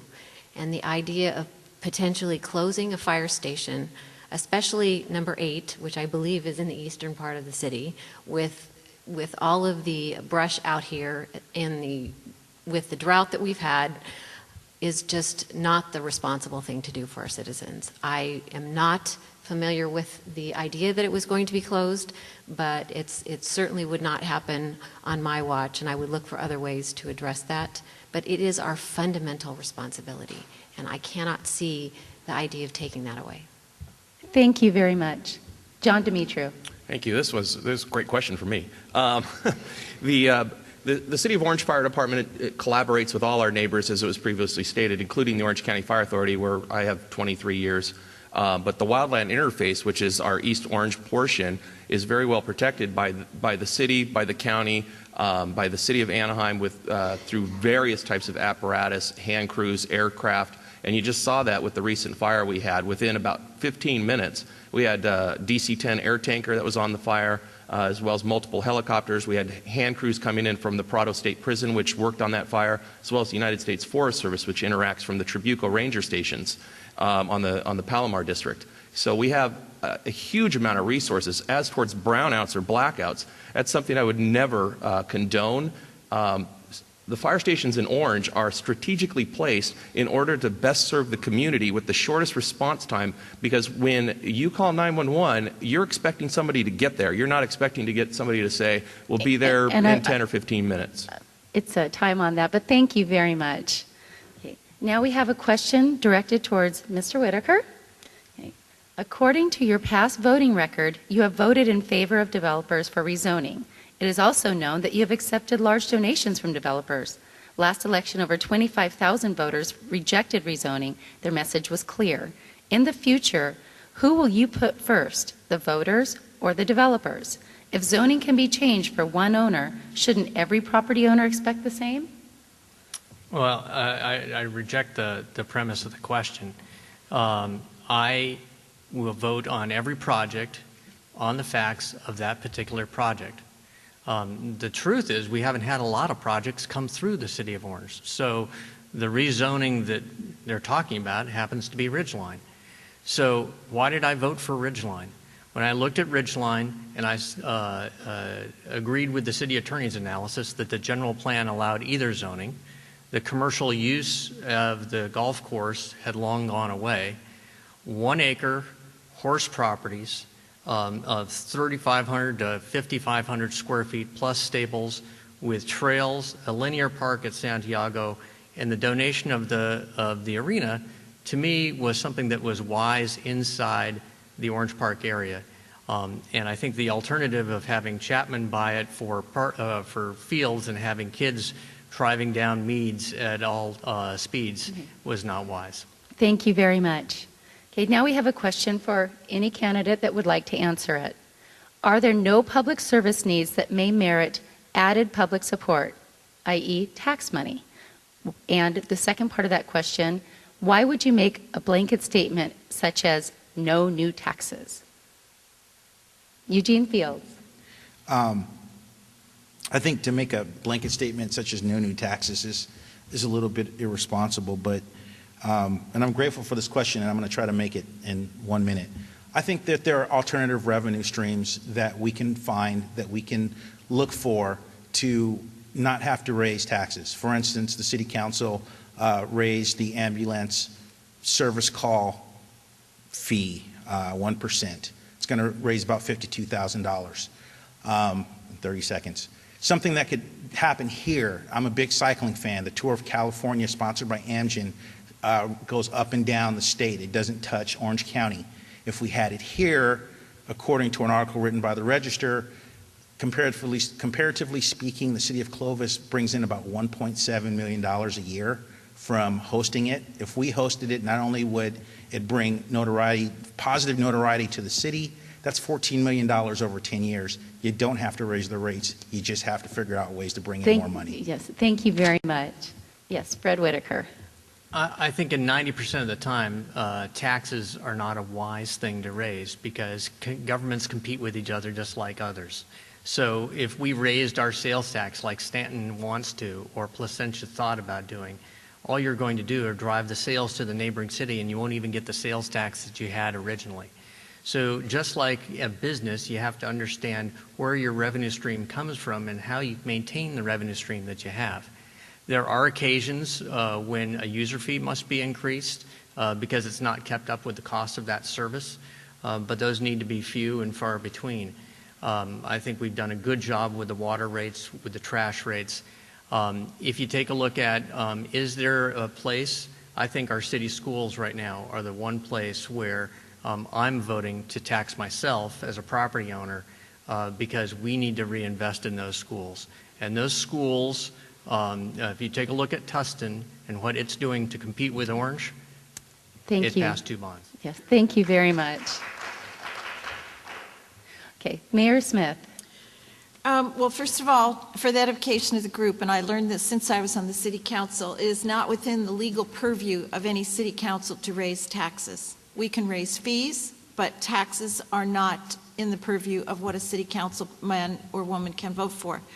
What Eugene described was a fee increase of 1%, which meant that the user of the ambulance service paid for the service, not all residents, the user. And the city had to raise that fee, just that barely 1%, to try to break even on that because we were losing money on that. I support what Mayor Pro Tem Whitaker said absolutely about, I'm supporting Measure K to get much needed help for our schools. And my husband and I put all of our kids through Catholic school, as did our parents. And so we all paid twice, once for our children and for everyone else's children as well. I'm more than willing, and my husband, to protect one of the greatest rights in the United States of America, which is the education of all children in our nation. Thank you. Thank you very much. Would anyone else care to address? Yes, Kim Nichols. Thank you. I believe I said balancing a budget by raising taxes is the wrong thing to do. I think by that I meant it's important to live within your means. Yes, you have ups and downs in the economy, but it's important to look at ways to cut corners so that you can have a strong, balanced budget and not look at ways of raising taxes for everybody else. We pay a lot of taxes. I, too, like Mayor Pro Tem Whitaker and Mayor Smith, am supporting Measure K. I believe in a strong public school system. I went through our public school system. My kids went through our public school system. I know the state of our schools, and I know they need some serious repair. So I am too supporting Measure K. Thank you. Would anyone else care to? Yes, Ray Gringoff. Just as a council member on the city council, I would not vote to support raising taxes, and in the way that I would envision that would be, voting to put a sales tax on the ballot like they did in Stanton, and then they voted it down or voted down in Placentia. Government has enough money; they don't need more. I think there is a special case with regards to Measure K.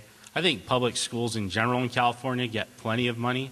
Unfortunately, they take a lot of what we contribute here in Orange County and disperse it throughout the state.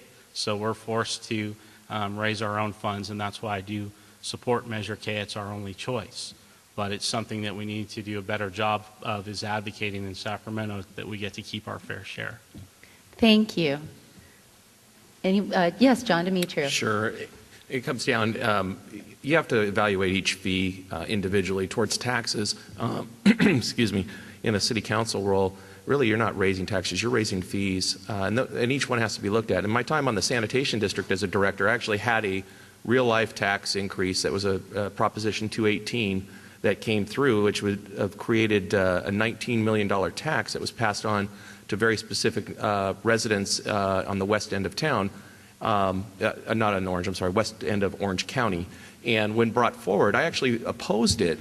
And the reason isn't necessarily why. Had it been justified, it probably would have been passed. But the reason for the tax increase was from staff was we have to increase this tax on specific cities at specific times because people have to be used to a tax increase every year. And that was wrong, and that's why I voted against it at the time. But again, like my colleagues here, Measure K needs to be done.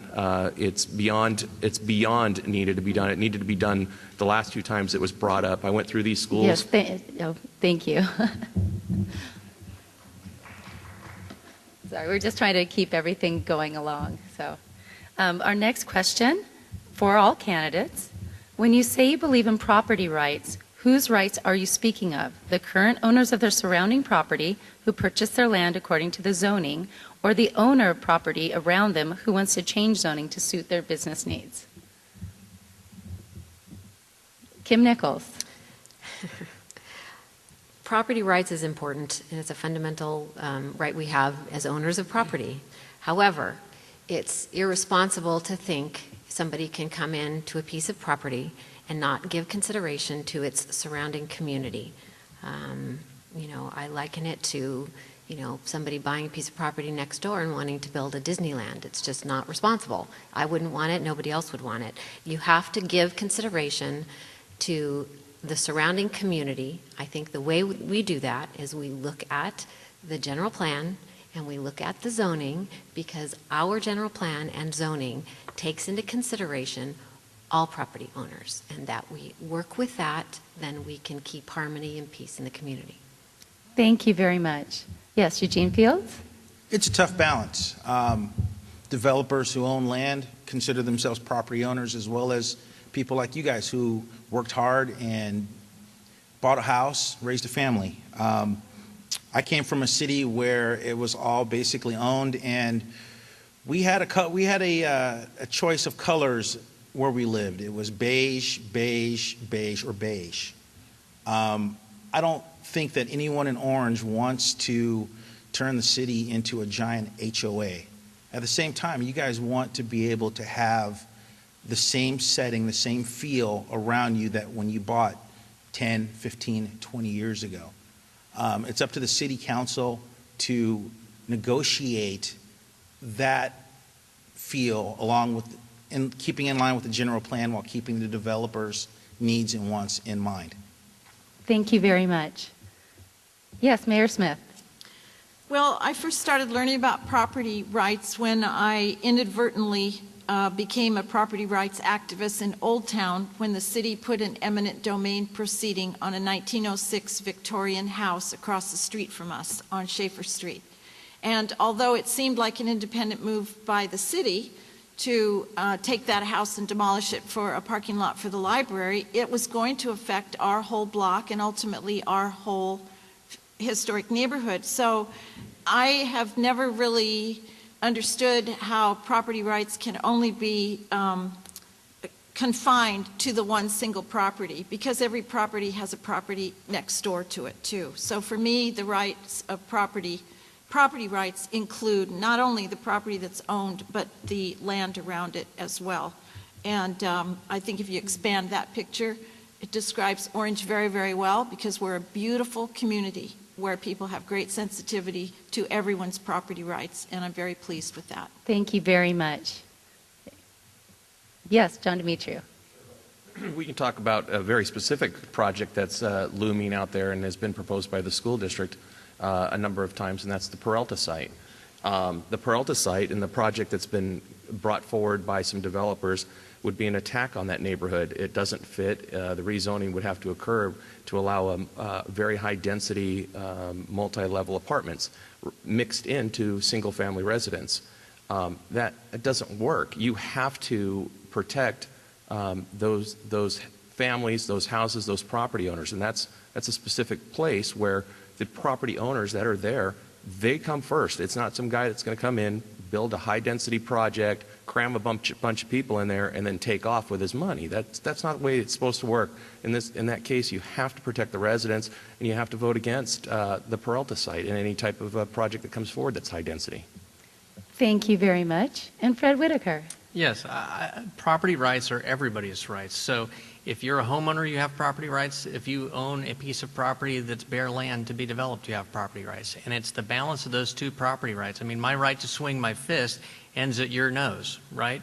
So the concept is that you have to balance both of those things. So when Councilman Demetriou talks about Peralta, the neighborhood was right to come out and oppose the high density. But right now, the neighborhood's looking at a potential agreement with the school district for single family. Single family could meet there. Is that zoning a change? That's a zoning change because it's zoned institutional for schools. But you could end up having the school who needs the money sell it, and you could end up having single family that works there. So you have to balance the property rights of all property holders. Thank you very much. Yes, Ray Gringoff. I guess I would just add, so you know what my position is, that it is a balance, and we have to make sure that that balance doesn't swing too hard one way or the other, and that's why you elect a city council. There's processes in place when people have problems with what one particular property owner is doing, and those processes are in place for a reason. And then that's when you all have your opportunity to say what you need to say and hopefully work with the property owner to get an agreeable solution. So I think the process works.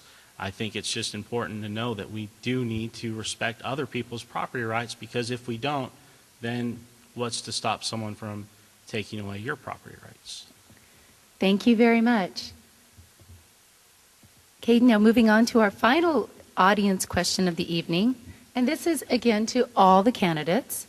Would you support a property tax initiative to support the funding for more city parks? For example, to purchase and develop the Rio Santiago site into a city park? Ray Grangoff. No, I would not support that.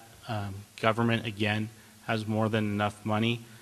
We can't, and maybe it doesn't have enough money, but the people don't have enough money for us to keep taking it.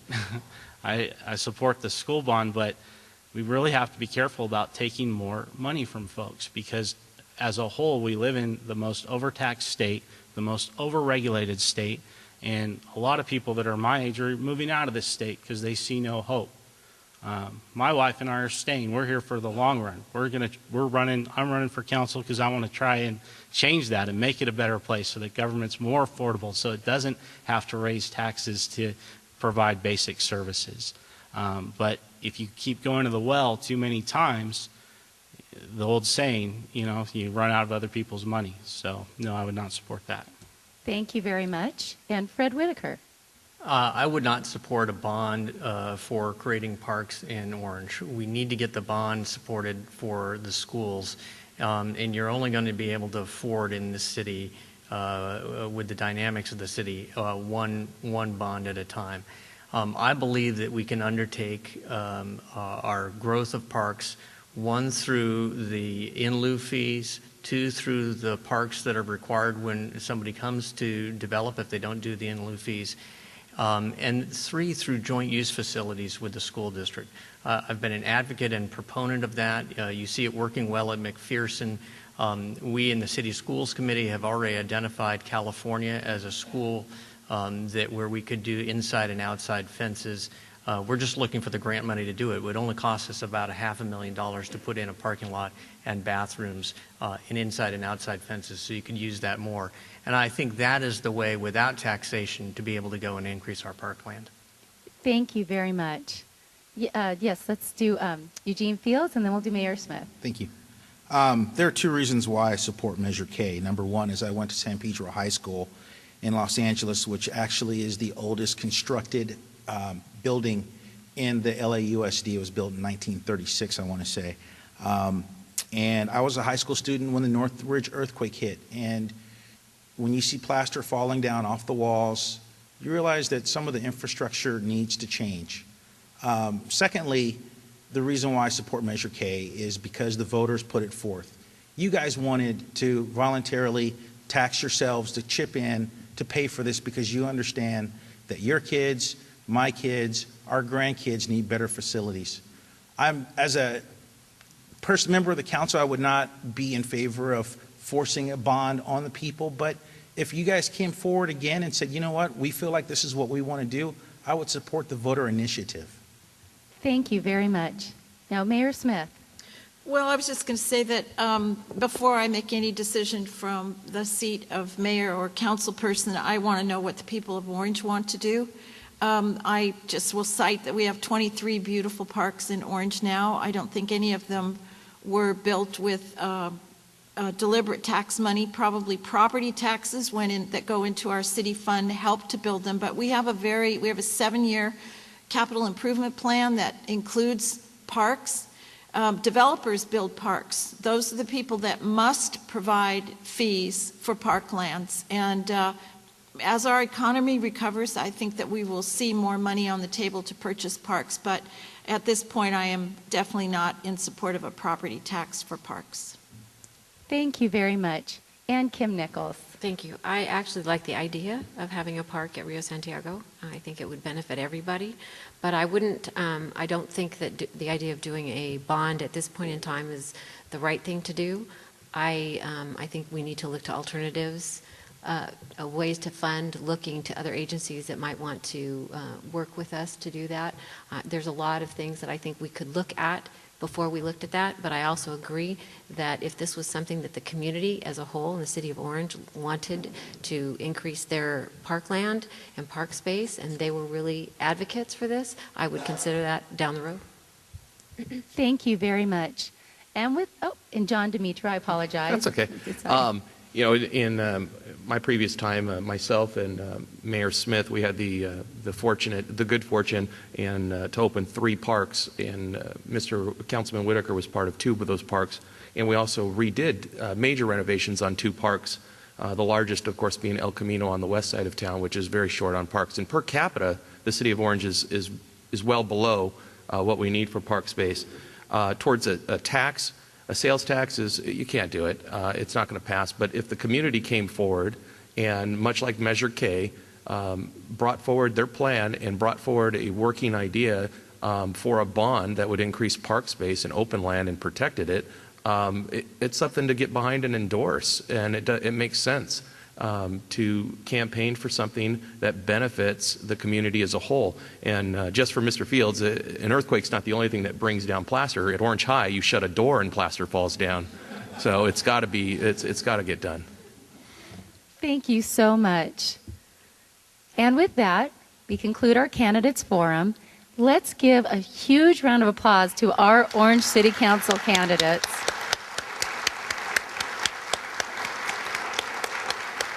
We greatly appreciate the time that you took.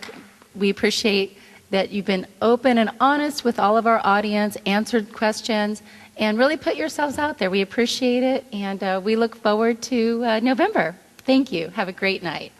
Thank you.